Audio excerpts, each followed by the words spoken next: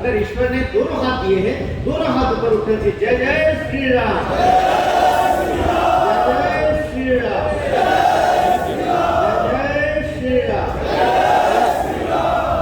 आज का यह जो समारोह है, हमारे पास 45 मिनट है, लेकिन 45 मिनट काफी होते हैं। मुझे पता है 45 मिनट का क्या महत्व है, लेकिन 45 मिनट में क्या नहीं हो सकता है।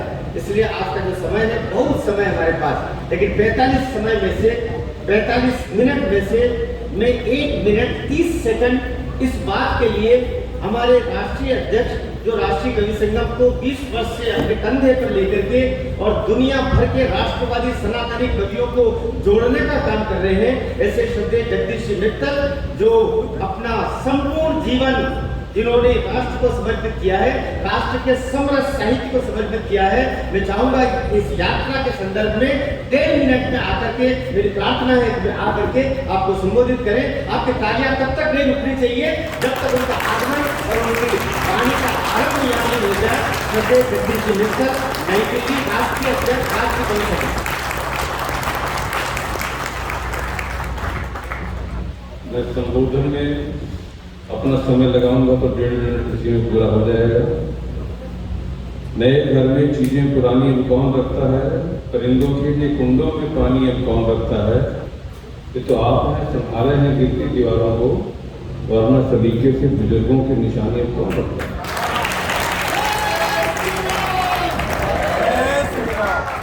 हजारों साल पूर्व रामचंद्र जी हो गए, आज उनको देश और समाज में आपने सजीव बनाया हुआ है।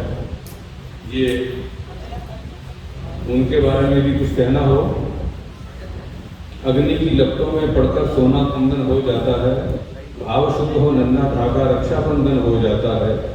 संघर्षों की भट्टी में तपना कोई छोटी बात नहीं, त्याग तपस्या के द्वारा मानव माथे का चंदन होता है। भारत की संस्कृति के मस्तक पर चंदन के रूप में विराज रहे प्रभु श्री राम को मैं प्रणाम करता हूँ। श्रीलंका अशोक वाटिका से चली है यात्रा 6500 किलोमीटर का मार्ग तय करके रामनवमी के दिन 10 अप्रैल को अयोध्या पहुँचेगी। अभी माइक से कहा जा रहा था राम से बड़ा राम का नाम। मैं इस लाइन को थोड़ा सा और आगे बढ़ाता हूँ। राम से बड़ा राम का नाम और उससे बड़ा राम का नाम।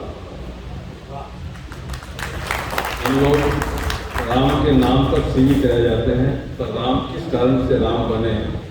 ये सच है कि अयोध्या की राजगद्दी राम को राजा तो बना सकती थी, पर वनवास ने उन्हें भगवान बना दिया, जन जन का प्रिय और आराध्य बना दिया। ऐसे राम जी को हम इसलिए मानते हैं कि उन्होंने देश और समाज के बीच में उन लोगों को सम्मान देने का काम किया जो समाज में उपेक्षित थे। चाहते तो सारे काम वो स्वयं भी कर सकते थे, लेकिन केवट की नाव में चढ़ करके उसको सम्मान देना, शबरी के जूठे बेर खा करके उसको सम्मान देना, ऐसे ही निषाद का सम्मान देना, कितने ही लोगों को आज हम सोच करके देखें कि जो काम राम ने किए, जिनको सम्मान देने का काम किया, क्या हम भी उनको आज वो सम्मान दे रहे हैं। वास्तव में राम को उसी रूप में हम स्वीकार करें। एक छोटी सी बोध कथा मैं कहकर अपनी बात पूरी कर रहा हूँ। एक मंदिर के बाहर एक बच्चा फूल बेच रहा था और एक व्यक्ति जो फूल खरीद रहा था उस बच्चे से भाव कर रहा था कि तुम पैसे ज़्यादा मांग रहे हो। और उसने ये सारा संवाद एक तीसरे व्यक्ति ने देखा जो वहाँ से निकल रहा था, और उसने देखा कि इस बच्चे के पाँव में जूते नहीं हैं। वो तेजी से दौड़ कर गया, जूते वाले की दुकान से जूता ले आया और जूते लाकर उसके पाँव में पहना दिए। बच्चा बहुत खुश हो गया और उसका हाथ पकड़ लिया कि तुम राम हो गया, तुम भगवान हो गया। कहने नहीं, मैं भगवान नहीं हूँ। कहने रात ही तो मैंने कहा था राम जी से, धूप में मेरे पाँव बहुत जलते हैं, मुझे जूता भेज कर भिजवा। रात ही मैंने राम जी को कहा और आज उन्होंने मुझे जूते भिजवा दिए, तो तुम भगवान नहीं हो क्या।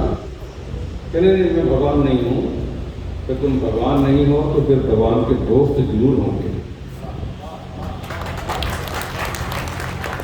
बंधु, हम भगवान तो नहीं बन सकते, राम तो नहीं बन सकते, लेकिन हम राम के दोस्त तो बन सकते हैं ना, और हम राम के दोस्त बनकर के ऐसे छोटे छोटे काम कर सकते हैं, और हम राम के दोस्त बनकर के ये काव्य यात्रा अशोक वाटिका से लेकर के निकले हैं। आप सब लोगों ने यहाँ रामटेक में जो प्यार सम्मान दिया, मैं उससे बहुत अभिभूत हूँ। आप सबको हृदय से प्रणाम करता हूँ। बहुत बहुत आभार। बहुत धन्यवाद जगदीश मित्तल। पूरी यात्रा का समीचीन समाहार निष्कर्ष निचोड़ आप उतारे थे। ये पूजनीय मंच है जहाँ पर वे व्यक्तित्व, वे स्थानक, वे प्रतिष्ठान, वे विश्वविद्यालय के प्रतिमान, वे धर्म के प्रतिरूप बैठे हुए हैं जिनसे पग पग पर हम शिक्षाएं लेते हैं। मैं 4 पंक्तियां पहले बोलता हूँ। 2 हमारे मराठी के कवि हैं, 1 हमारे हिंदी के कवि हैं महेश शर्मा जी, और मैं थोड़ा बोलूँगा, बस इतना सही है। इसलिए 45 मिनट हमारे लिए काफ़ी है कि मुस्कुराती जिंदगानी चाहिए, मुस्कुराती जिंदगानी चाहिए, प्यार की मीठी रवानी चाहिए, मुस्कुराती जिंदगानी चाहिए, प्यार की मीठी रवानी चाहिए। अब संभालना पंक्ति कि सारी दुनिया पाँव में आ जाएगी, राम जी की मेहरबानी चाहिए। जय जय श्री राम। एक बार फिर से बोले जय जय श्री राम। सारी दुनिया पाँव में आ जाएगी, राम जी की मेहरबानी चाहिए। जब राम जी लक्ष्मण जी वन में जा रहे थे, अचानक राम जी की निगाह फूलों के ऊपर पड़ी। ताजे ताजे फूल दिखाई दे रहे। राम जी ने लक्ष्मण से कहा कि लक्ष्मण भ्राता, इधर कोई फूल की पूरी पगडंडी बनी हुई है, किधर जा रही है? जुड़िएगा और आनंद भी लीजिएगा। बहुत सरल तरीके से बात कहता हूँ। एक माँ यहाँ बैठी हुई है, इस माँ को शबरी का प्रतिरूप मान करके, और आप शबरी का समरसता का जो संदेश है उससे हम इस काव्य गोष्ठी का शुभारंभ करते हैं। फूल सजी पगडंडी निहारते, महाराज जी बैठे हुए, उनके चरणों में निवेदन करता हूँ और समरसता की पंक्तियां पढ़ना चाह रहा हूँ। फूल सजी पगडंडी निहारते, फूल के भी बड़ भाग लिखे हैं। फूल सजी, ऐसा ना सुनिएगा कि जैसे बिल्कुल अजंता एलोरा की गुफाओं में मैं बोल रहा हूँ और पत्थर से टकरा के मुझे मेरी आवाज सुनाई देगी।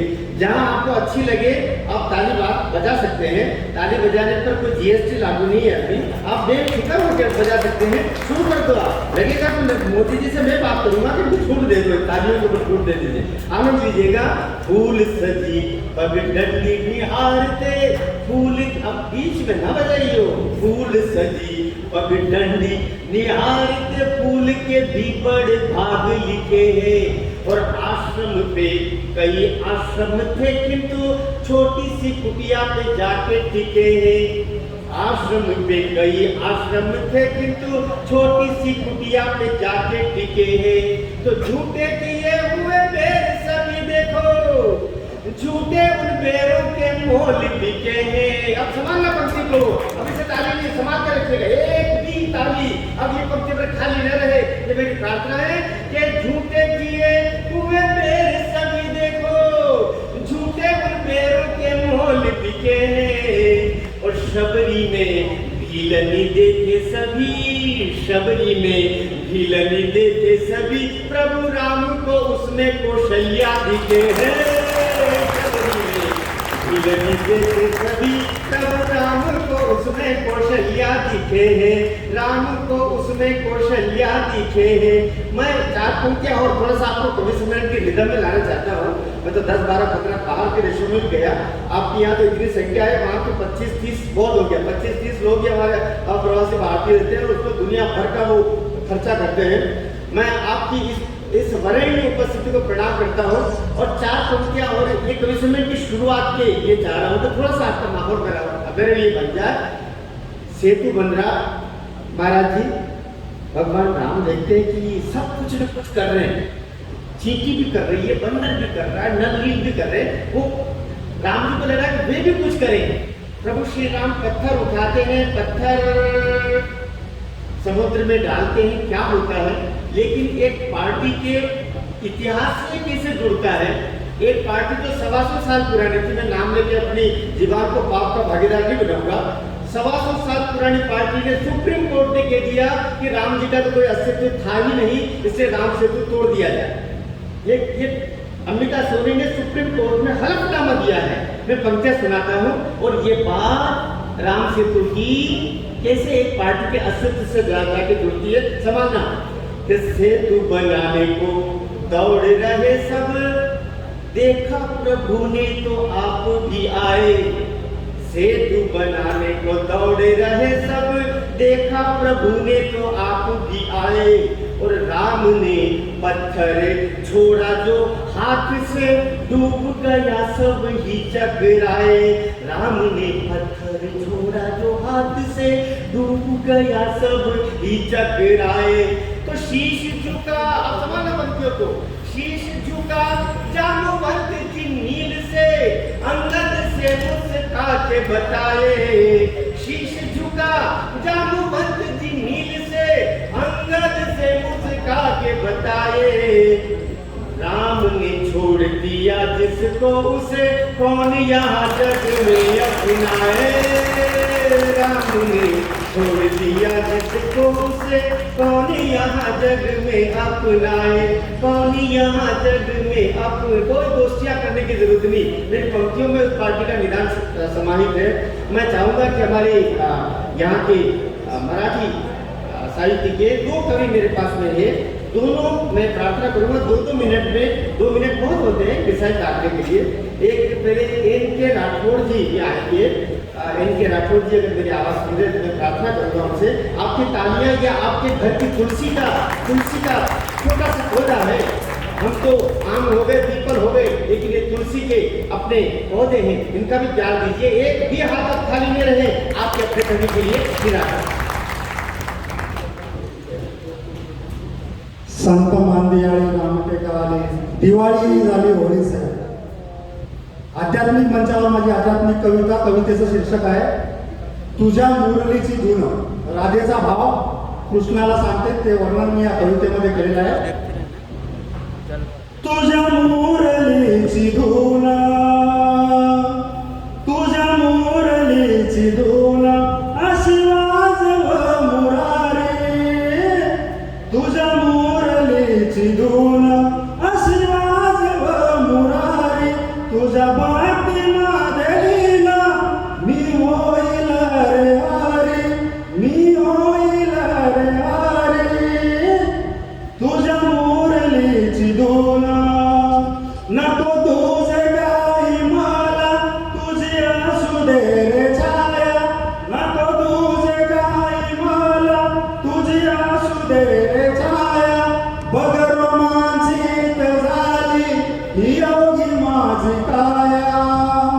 तुझ्या मुरलीची धून, तू सोबती रे माझा, तू सोबती रे माझा। असे तुझाच आधार, माझ्या जीवनाची सारी, तुझ्यावरी रे मदार। तुझ्या मुरलीची धून, बघ भक्तीचा महिमा विसरली घरदार। बघ भक्तीचा महिमा विसरली घरदार। नसे मागचा पुढचा मला कोणता आधार। तुझ्या मुरलीची धून, ही राधा झाली वेडी, तुझी धून ऐकून। ही राधा झाली वेडी, तुझी धून ऐकून। करी प्रीती तुझ्यावर, सारबान हरपून। तुझ्या मुरलीची धून। धन्यवाद। मराठी हो, बांग्ला हो या हमारे देश की जितनी भाषाएं हैं, इन भाषाओं का जो मूल है वो है संस्कृत। और हमारा तो आज सौभाग्य हुआ कि संस्कृत विद्यापीठ में ही हमको ठहरने का आवास की वहाँ व्यवस्था की गई। वहाँ के हमारे यहाँ होंगे भी सही, लेकिन मेरे साथ जो एक दुर्घटना घटित हुई उसका थोड़ा सा मैं उल्लेख कर दूँ, आपका थोड़ा सा मन का विरोध भी हो जाए और मेरी अपनी बात भी निकल जाए। हुआ ये, संचालन में करता ही हूँ एक बार चेन्नई का, आज से 20 साल पहले की घटना, चेन्नई के कवि सम्मेलन में हमको बुला लिया। उस समय नीरज जी, प्रदीप चौबे सब हुआ करते थे हमारे हिंदी के मुद्दे में, और संचालन मेरे हाथ में। वो जो आयोजक अग्रवाल साहब थे चेन्नई के, मेरे पास में आए, बोले मनहर जी आपको संचालन करना है लेकिन ये गड़बड़ हो गया। मैंने कहा क्या गड़बड़ हुआ? बोले आप सब तो हिंदी के कवि हो, एक संस्कृत का कवि भी है। मैंने कहा ठीक है, संस्कृत का कवि सुना है। बोले नहीं, वो संस्कृत में कविता पाठ करेगा, आपको उसका अनुवाद हिंदी में करना है।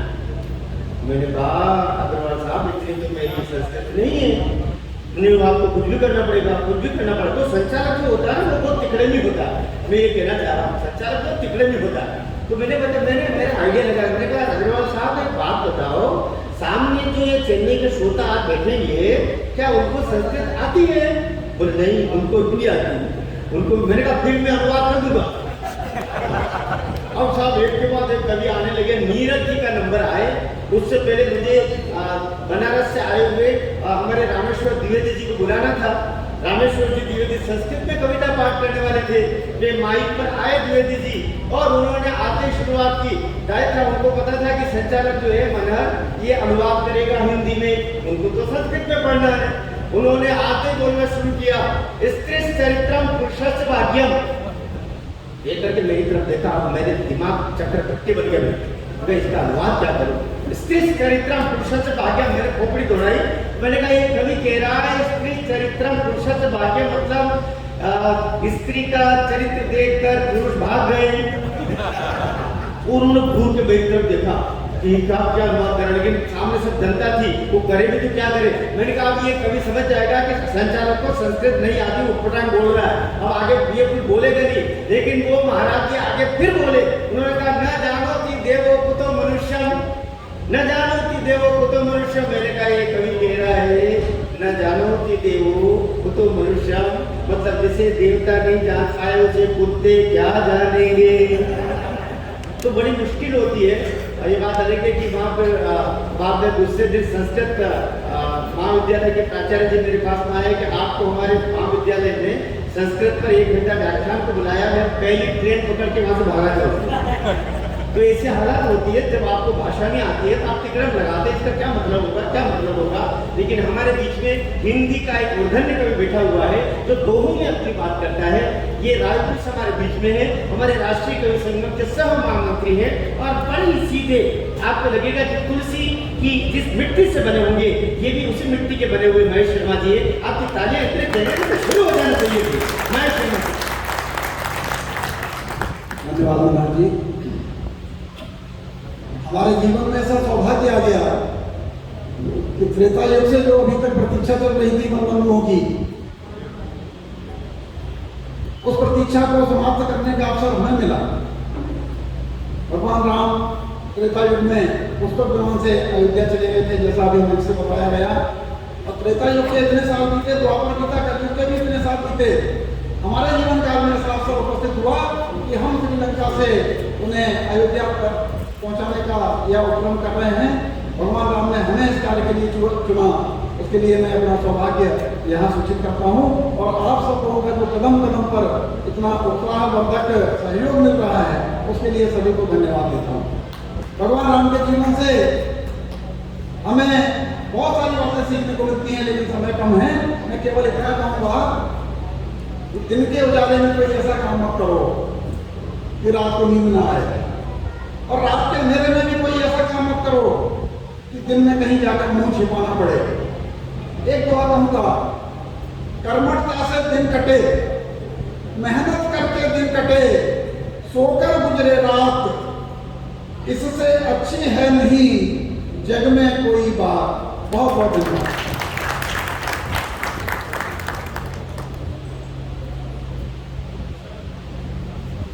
लोहे के 2 पांव होते हैं, और जिसको कहते हैं कि आजकल वो गजलों का दौर में 2 पंक्तियों में बात, लेकिन हमारे शास्त्रों में दोहों के माध्यम से कागज में सागर भरने की कलाएं बहुत पहले बिहारी ने, फिर बाद में ये सब किया, लेकिन उससे पहले बहुत परंपरागत रूप से हमारे शास्त्र में है। बहुत सुंदर काव्य पाठ, बहुत छोटा लेकिन बहुत अमृतनुमा कारोबार किया। आपकी तालियां उनके लिए भी सम्मान के लिए बच जाएगी तो अच्छा रहेगा। मेरे पास में एक नाम और आया हुआ है मराठी का ही, खलाने जी का। खलाने जी अगर यहाँ बैठे हैं तो खलाने जी से मैं प्रार्थना करूँगा कि वे माइक पर आएँ और अपनी एक कविता सुनाएं। अगर कोई यहाँ पर है तो बड़ा अच्छा है। खलाने जी अगर नहीं है तो भी अच्छा ही है, मैं सुना दूंगा उनकी आवाज़ में। आप कम से कम ताली तो बजाई दीजिए, उनकी आपकी ताली सुनकर क्यों आ जाए। मैं 4 पंक्तियाँ पढ़ूँ तब तक खलाने जी आ जाए तो अच्छा, नहीं तो ठिकाने जी तो बोल ही देंगे, दोनों पेज में चल जाएगा। मैं अपने 4 पंक्तियाँ पढ़ता हूँ, वंदना की पंक्तियाँ पढ़ता हूँ।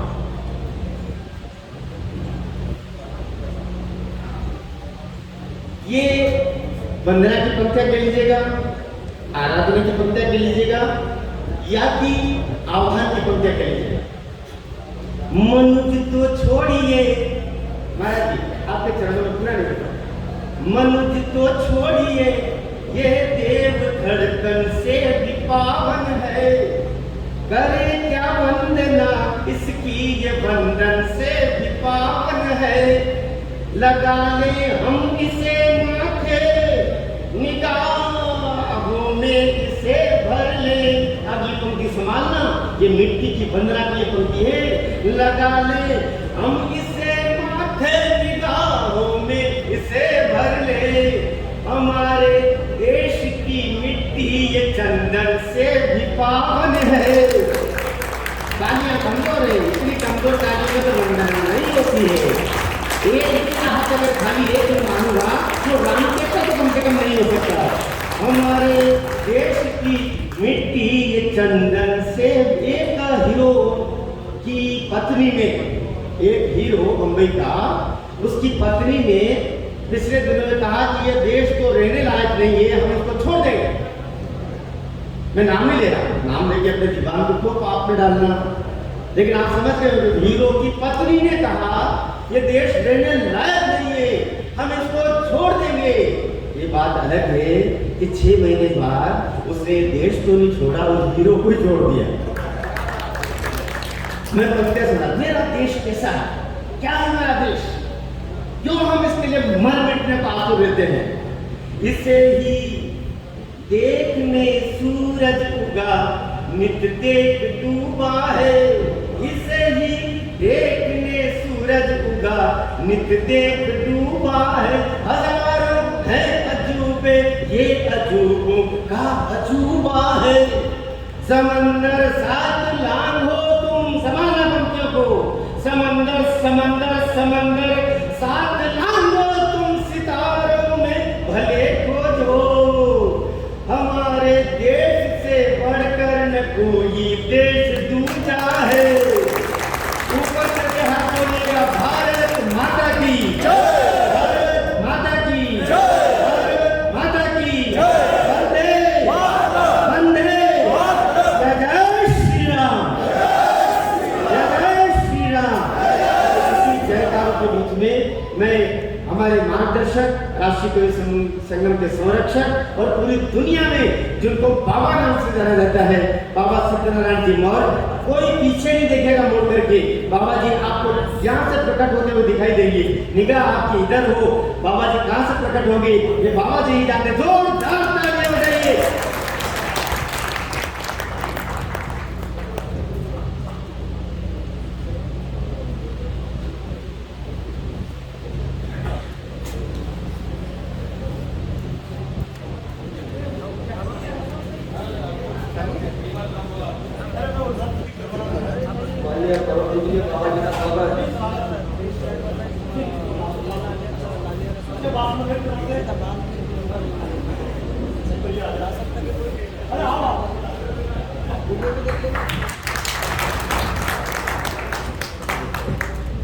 बोलिए जय जय श्री राम। देखो मैंने बताया ना, जैसे मेरा स्वागत, तो मैंने स्वागत क्या बोला, नहीं नहीं नहीं भैया, हम स्वागत करने तो आए हैं, क्योंकि आप वो लोग हैं जब कभी आज से हजारों साल पहले राम जी इधर से निकले होंगे तो उस समय हॉल था क्या, गंगा हॉल, कोई धर्मशाला थी, कोई लॉज नहीं थे, होटल नहीं थी, तो राम जी कहाँ रुके होंगे। ताली बजाओ, अपने बाप लोगों के घर पर रुके होंगे।